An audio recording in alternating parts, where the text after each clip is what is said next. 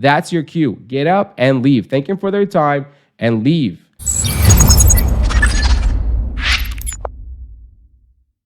All right, so what do you think he's saying? He doesn't want a relationship, yet he's introducing you to his kids, putting in so much effort and keeping in touch with phone calls and text messages. This is a question that I get from time to time, and I feel like it's extremely important to just focus on what's important here, right? A lot of people get confused because they say, actions speak louder than words. So therefore, if his actions are telling me that he wants a relationship, then his words don't mean as much. Let me tell you something, all right? And this is true 100% of the time. If anyone, right, and this applies to both men and women, if anyone ever tells you they don't want a relationship or any variation of that as well, right? It's not just, hey, I don't want a relationship with you, but also I'm not ready for a relationship.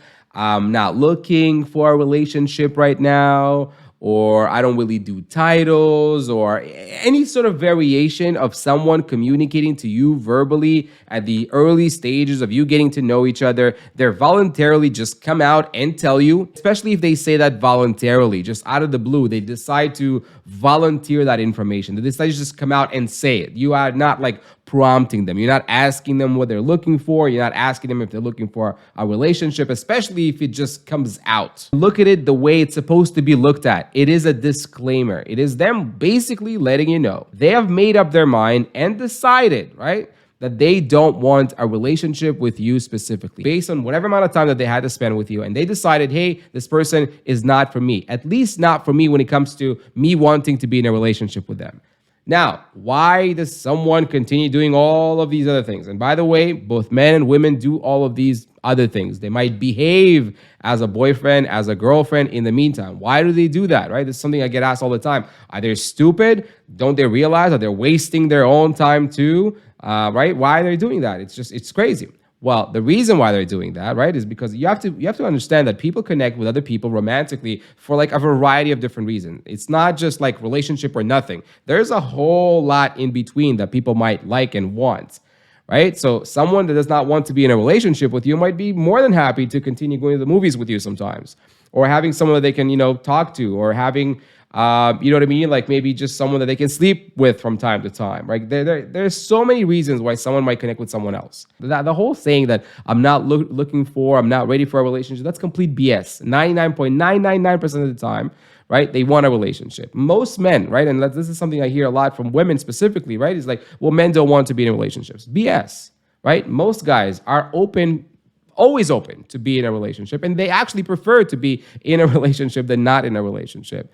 Right? But just like women, men also want a relationship, not just in principle, right? But they want a relationship with a specific person. They want to be with someone specifically.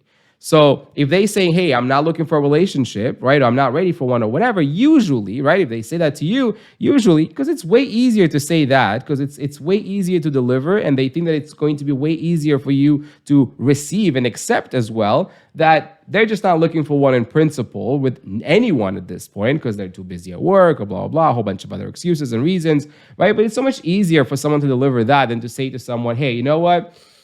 Like, I've gotten to know you over the past couple of weeks, and I decided, like, I don't want to be with you because you are this, that. There's this other person, and she's way more attractive than you, or, like, you're too boring, or you too this.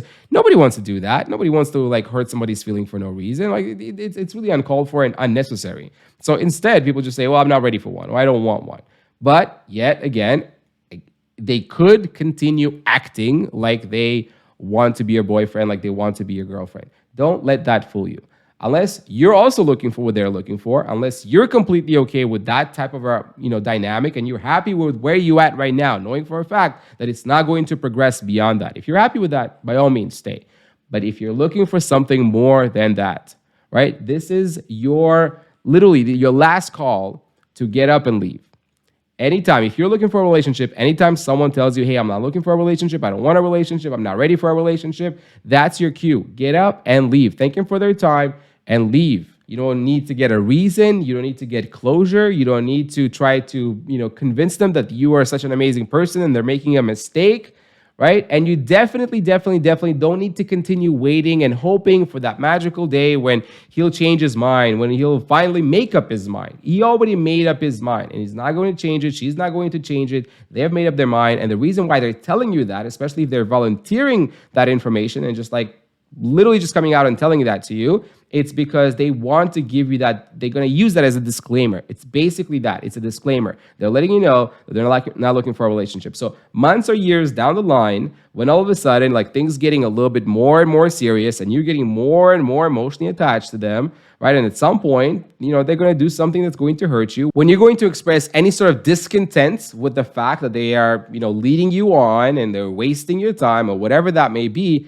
trust me when I say this, they're going to refer to that disclaimer. They're going to refer to that time. They're going to be really quick to tell you, hey, why are you feeling this way? Why are you telling me all this? I told you. I was very clear and I verbalized it and I let you know very clearly that I was not looking for a relationship. The more time you're going to stay with them afterwards is the more time you're going to waste. Up until this point, everything was fine. You were taking the time. You're doing what you're supposed to be doing. You're taking the time to get to know one another. You're seeing whether or not this relationship is going to go anywhere. Hopefully along the way, you've learned, you watch my videos, you've done my programs, you hired me for coaching, and you know how to set boundaries along the way so you don't get that premature emotional attachment. So you can easily, at this point, if someone just expresses, hey, I'm not looking for a relationship or whatever, you can easily just say, hey, thank you so much for your time. I appreciate you being very, honest with me. Thank you, and leave. It's very important that you set boundaries along the way in order to be able to do that this easily. The problem with most people is that they don't set these boundaries. They don't practice self-control and discipline when it comes to,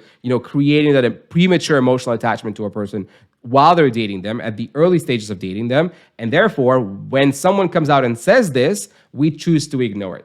We choose to blind ourselves to that, and we're like, well, he'll probably change up his mind, or I probably misunderstood something, or maybe he just had a bad day, or maybe he was just like, I don't know, like work is too crazy right now, and that's why, he was a little bit stressed out, or he was anxious or whatever. Maybe he has some, problems in home or whatever. That's why he's saying all of these things. I'm just going to wait around a little bit, see how he feels, right? You start making excuses for them. And the more you do that, there's going to be like the whole sunk cost phenomenon. The more you invest, the more time you spend, the more the more you get attached, and the more difficult it is for you to actually be able to walk away. So it's important to learn how to set these boundaries, how to communicate these boundaries at these early stages, so you're able very easily, right, relatively easily, to say that, hey, you know what, if somebody's not ready for what I'm ready for, if somebody doesn't want what that's it. You don't need closure. You don't need a reason. You don't need to hear it twice. You don't need someone to tell you that they don't want to be with you more than once. Trust me. And at that point, you'll just be able to remove yourself from that equation,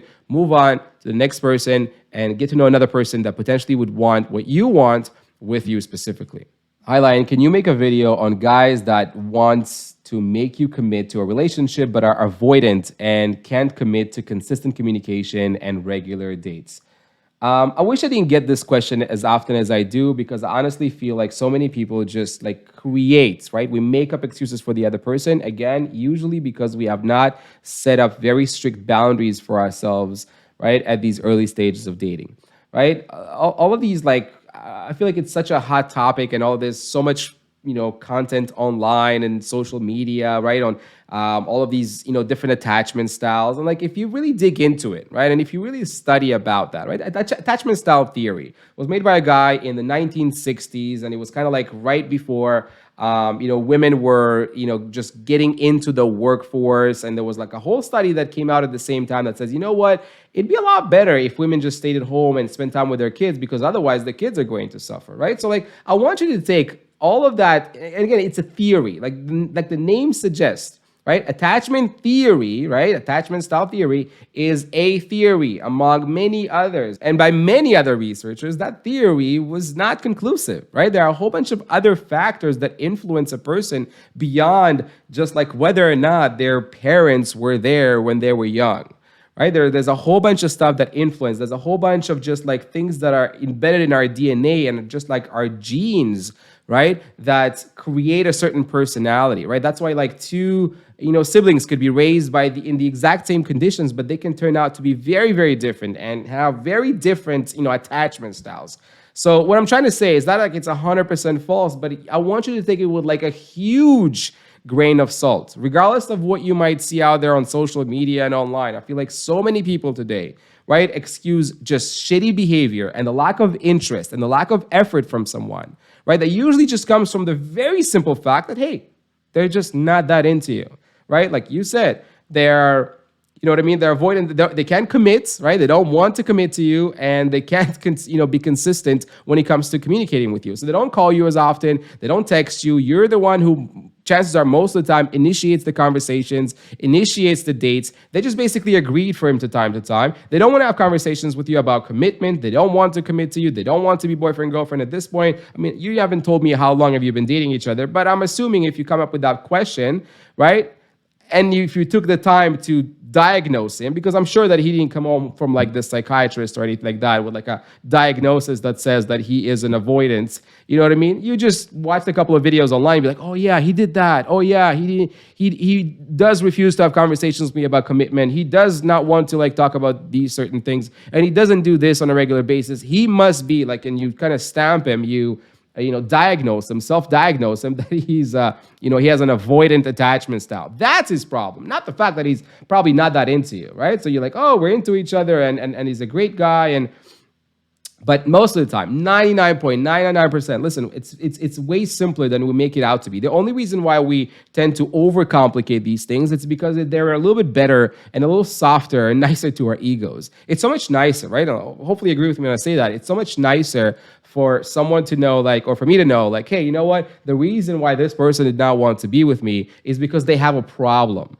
They're diagnosed with a certain attachment style or anything else, right? Or they're a narcissist, or there's a problem with them, right?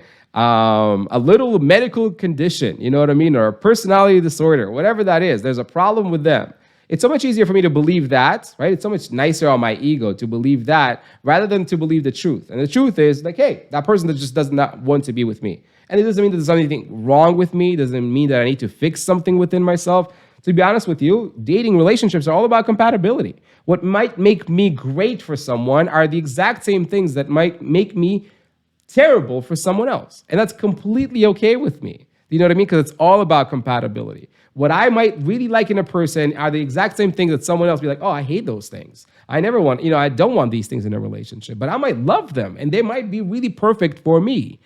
So what I'm trying to say is that instead of trying to make all of these excuses up, right? Instead of trying to like diagnose people based on a couple of videos that I've seen online, take it with a huge grain of salt. All right? It's a theory among many others, right? And you might notice that I don't really talk about it that much. And again, people are very defensive about that. I see it in my comment section sometimes. But they're just been, again, if you ask them, where have you learned about these things? Why are you so adamant that you know what you're talking about when it comes to that, right? Where have you gone to school?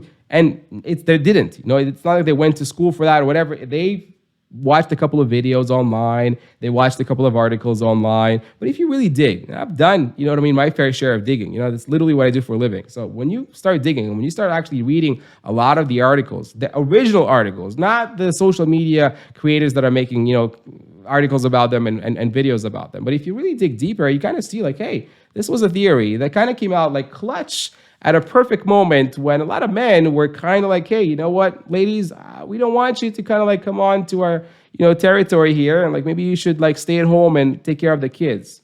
Again, I'm not saying that that's exactly what happened, but I'm saying it was kind of weird that it came out at the exact same time in the 1960s, right? When women were just for the first time in the US, getting into the workforce. And then all of a sudden there's an article that comes out. There's a theory that comes out that, hey, when women are not there raising their children at young ages, the kids tend to be, developing certain, personality conditions and difficulty connecting with other people. Instead of trying to diagnose them, if somebody doesn't put an effort, I can tell you with like very, very, very confidently that it's simply because they're not that interested. They might like certain aspects of this relationship, but they don't want to be in a relationship with you. They don't want it to go much further than what it currently is. Relationships are all about knowing how to compromise. But one thing that you should really never compromise on is someone just being there consistently and putting in a consistent effort in order to try to build a relationship with you, and someone's willingness to really commit to you over time. It's not like, a couple of weeks in and somebody wants to commit to you, but over time. It's been like 6 months, it's been a year, it's been longer than that, and that person still avoids any sort of conversation or, about commitment or whatever. They don't want to be with you. You're the in-between person. They're just waiting for something, quote unquote, better to come along. And in the meantime, they don't mind stringing you along. So take this for what it actually is. Don't make up all of these stories that just make yourself feel better and just get you stuck for even more, you know what I mean, for even longer and waste more of your time. Hopefully this helps. I'll see you guys in my next video.